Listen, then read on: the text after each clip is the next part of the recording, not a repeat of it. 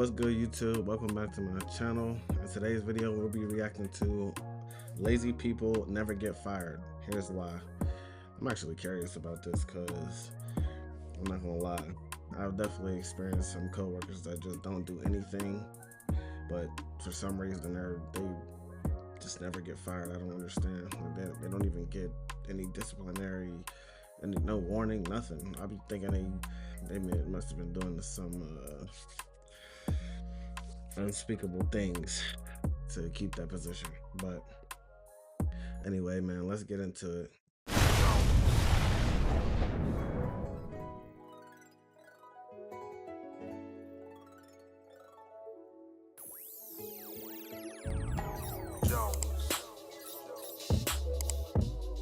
Kruger man. You show up early, you stay late, you carry the team on your back, and somehow the person doing absolutely nothing still has a job. Not only do they still have a job, they're thriving. No write-ups, no warnings, no consequences at all. And you're sitting there wondering if the entire system is broken.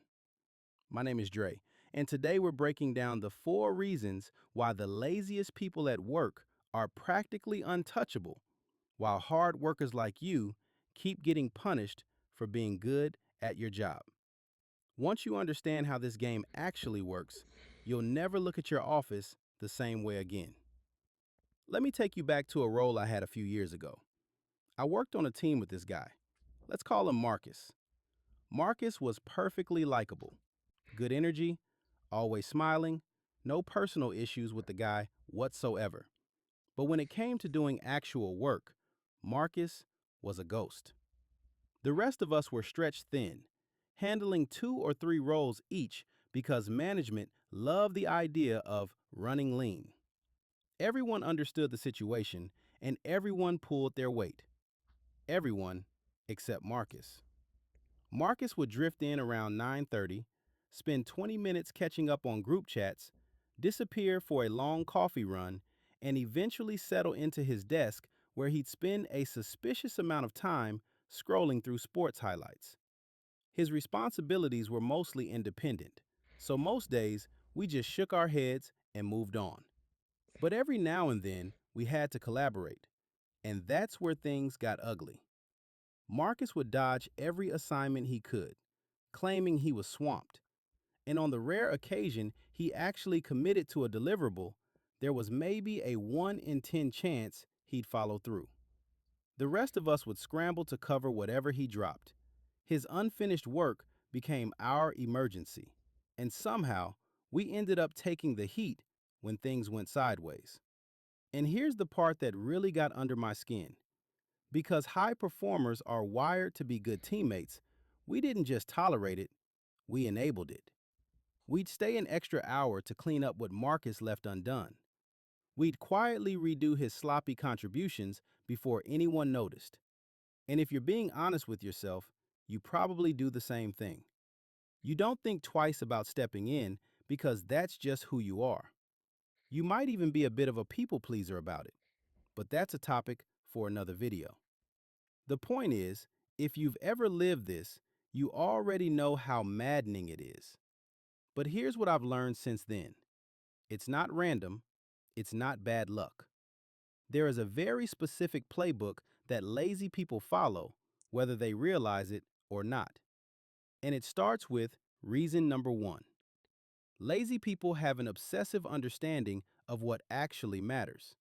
Not what should matter, what actually matters. If you're a high performer, you probably chase excellence across the board. You want every metric, every deliverable, every interaction to reflect your best work.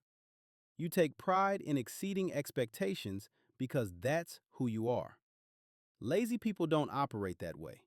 They operate on what I call the minimum performance threshold. They know exactly which boxes need to be checked to stay employed and which ones are purely decorative. If I had asked Marcus to list his core responsibilities, the ones that would actually trigger consequences if they weren't met, he could have rattled them off without hesitating. More importantly, He knew which responsibilities nobody was actually tracking. He knew which deadlines had real teeth and which ones were suggestions. He knew which managers cared about output and which ones only cared about optics. While you're burning energy trying to be excellent at everything, lazy people are doing the math on what they can skip entirely without anyone noticing. And here's the uncomfortable truth. Most of the time, they're right. Nobody notices. Because you're the one quietly filling in the gaps they leave behind. That invisible safety net you provide is exactly what keeps them employed. Which brings us to reason number two. Lazy people are masters of strategic energy investment. They do the smallest amount of work possible for the biggest return on recognition. You've probably noticed this pattern. While your head's down at your desk, grinding through actual deliverables, Marcus is wandering the halls having long conversations with people from other departments. He's grabbing lunch with a senior director. He's cracking jokes in the break room with someone from finance. And somehow, to the people who don't work directly with him, Marcus seems like a fantastic employee. That's not an accident. Research on career advancement shows that you're actually He know who to suck up to and who to get it, get on their good side. So that way, if they do find out that he's not really the backbone here. He's not really the one who does all the work.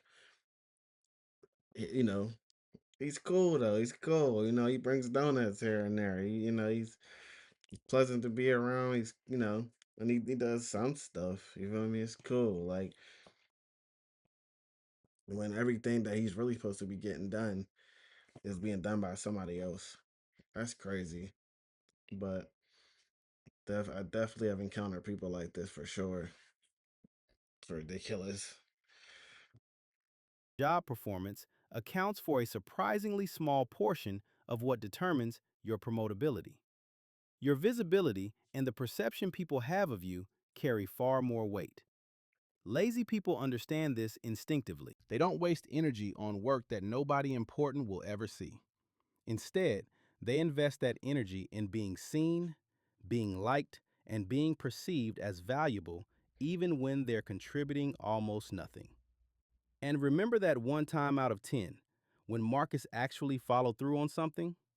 It was never random. It was always on a project that had leadership attention. When executives were watching, Marcus was suddenly engaged, focused, and vocal about his contributions. The moment the spotlight moved on, so did his effort. But it gets worse. Because lazy people, I ain't gonna lie. I feel like y'all low key need to show. I don't know. I feel like y'all need to stop picking up his slack. Like I feel like that's the only way that people's gonna really know how much he's not doing. Like the people higher up or the people that really matters, for them to know that he's not really contributing much at all. I think y'all need to stop enabling him. Stop doing anything he doesn't do.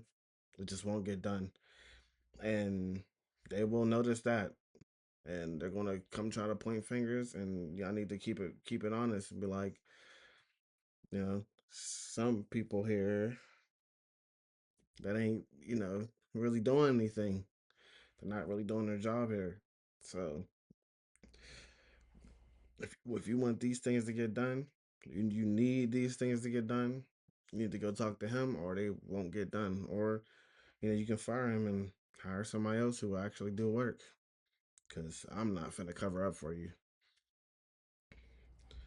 and don't they better not come at me, cause I'm doing what I'm supposed to do.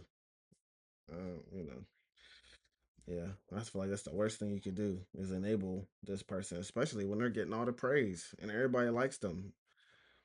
They probably don't even feel that way about you, even though you're the one who's really keeping this thing moving. You and whoever else is actually doing work. just strategically show up when it matters. They also take credit when they don't deserve it. I've seen it happen dozens of times. Swear to goodness. Someone else does 90% of the work, pulls the late nights, solves the hard problems, and the lazy colleague That just made me think, bro. That literally used to happen to me sometimes. Like I would go out my way and do extra stuff, like thinking like, okay, because they complain so much about stuff not getting done here. You know, I'm not going to be specific, but stuff not getting done at a specific job. Um, and I'm like, okay, so I'm gonna, go on my way and do this extra stuff, this, that, and maybe they'll appreciate it and see like that. I'm putting in work and I'm putting in the extra effort and I'm willing to, and maybe I'll be able to move up or whatever. And the lazy person is the quickest one to run and be like, oh yeah, I did, or they may say we, but it's like, no, don't include yourself at all. You didn't do anything. No, no, no, no, no. It was me. It was this person. It was not you at all. You had nothing to do with the work here. Like, that's so infuriating, honestly. Like, just shut your mouth. Like, didn't do anything. Swoops in at the end to attach their name to the success. They take advantage of the fact that high performers tend to be humble. You're not out there Mm. broadcasting your contributions, which creates a gap they are more than happy to fill. They And you feel, and then like after they done went and lied and act like they contributed, if you go behind them and be like, no, it was just me, then you gonna feel like an a hole. You gonna feel like you're the one being rude for coming there and telling the truth. Like, oh, well, you need credit. Like, what? Like like you're not being humble like you're supposed to be or something. Like, no, if I did all the work, I should be the one getting the credit for it. Whatever positive things you feel towards this person for thinking that they contributed or did it because they're the ones that came and reported it like they did it, like that's supposed to go to me. But now that I have to come behind them and say, no, he didn't do anything, I did it. It don't hit the same. No, it seemed like, oh well, you just want credit. Like, yeah, I, bro, that's annoying. position themselves Yeah. as the hero of every story they had almost no part in writing. And as infuriating as stolen credit is, there's something that burns even hotter: Hmm. getting blamed for their failures. That leads us directly to reason number three. Lazy people have built themselves an accountability shield. They are positioned to receive credit for wins and deflect blame for losses. It starts with what I call the double standard of expectations. Here's how it works: your boss knows exactly who on the team is reliable and who isn't.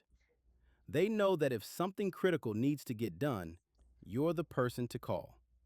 They also know that asking Marcus is a waste of time because he'll either dodge it or botch it, and then they'll have to come to you anyway. That's so corny, bro. Like, why not get rid of them then?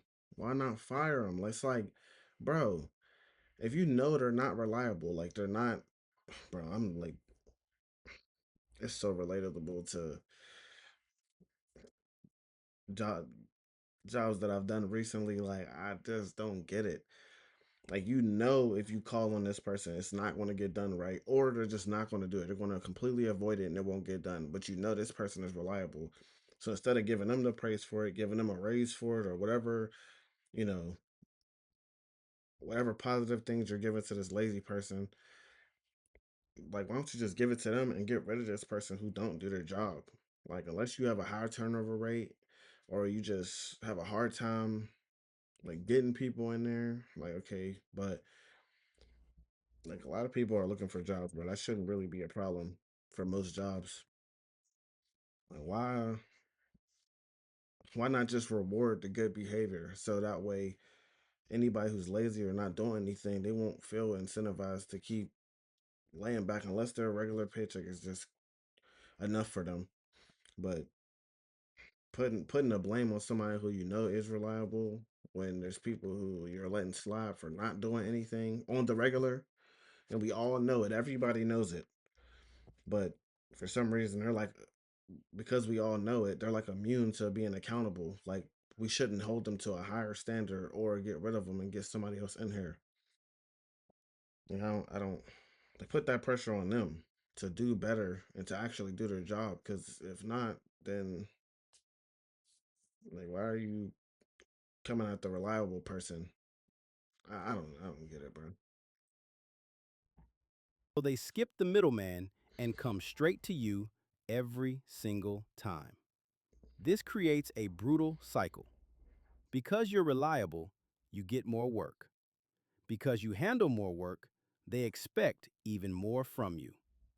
Meanwhile, Marcus has almost nothing on his plate, so the bar he needs to clear is practically on the ground. You're being graded on a Bro, I was just talking about this in another video, bro. Like, you should not show your job that you're an extremely hard worker or that you are a hard worker because they're just gonna take advantage of it, bro. They will not appreciate it at all. They don't. They don't think, oh, I should pay you more. I should, I don't know, give you a pizza party or whatever the hell they could do. Like, nope. They just give you more work. And the people who aren't hard workers, they just get away with it, but still keep the job and still get paid the same as you. That's why, even if you are a hard worker, you gotta dial it back a little bit. When you see another person not doing theirs, don't do nothing for them. Just do your job. I don't know. I feel like in some ways the lazy person like got like no, it's not okay to be to not do your job, but like, I feel like they got the right mindset as far as like just doing what you need to do, just doing just enough, because you know anything extra just don't get appreciated. But I guess in this case, like the bar is so low for them, and that they're not. It seem like they're not doing stuff that they are technically supposed to be doing. Like they're just doing enough to where they'll stay off their tail. Like it's just enough to where you can't fire them technically because they are doing the core things, but not everything that really needs to be done. They're just doing what just basically what they have to do. None else. They would never be a team player or take on somebody else's work if they had to call off or they not doing none of that. They will find something else to do. They will take extra long breaks, come back. I just don't understand, bro. Just fire them, bro. Get rid of them. different scale than the person sitting 10 feet away from you.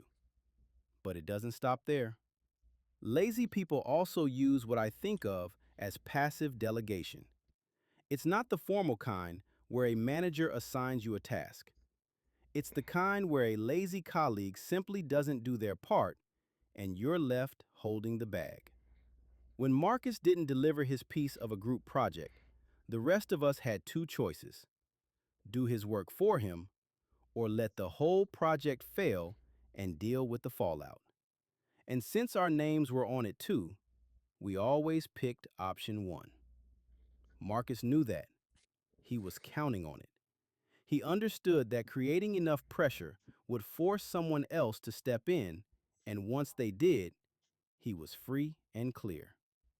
If the project succeeded, he'd share the credit. If it failed, he wasn't the one who did the work. So the blame landed on whoever actually tried. Some people would call that delegation. And honestly, that's exactly how leadership often perceives it. When a lazy person passes work to others, management doesn't see avoidance. They see someone who knows how to leverage their team, which ironically is a skill they look for in future leaders. The very behavior that makes your life miserable is the same behavior that gets them promoted. And that brings us to the fourth and final reason, and it ties everything together.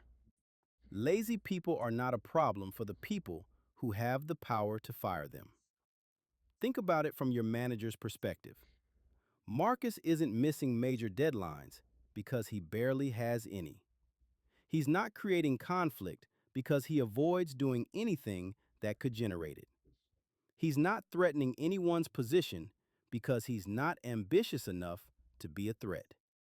He's not making mistakes because he's not doing enough work to make them. Sure, there are complaints about the workload being uneven. Sure, people grumble about fairness, but the work is still getting done. It's getting done because you and the rest of the high performers are absorbing everything Marcus drops.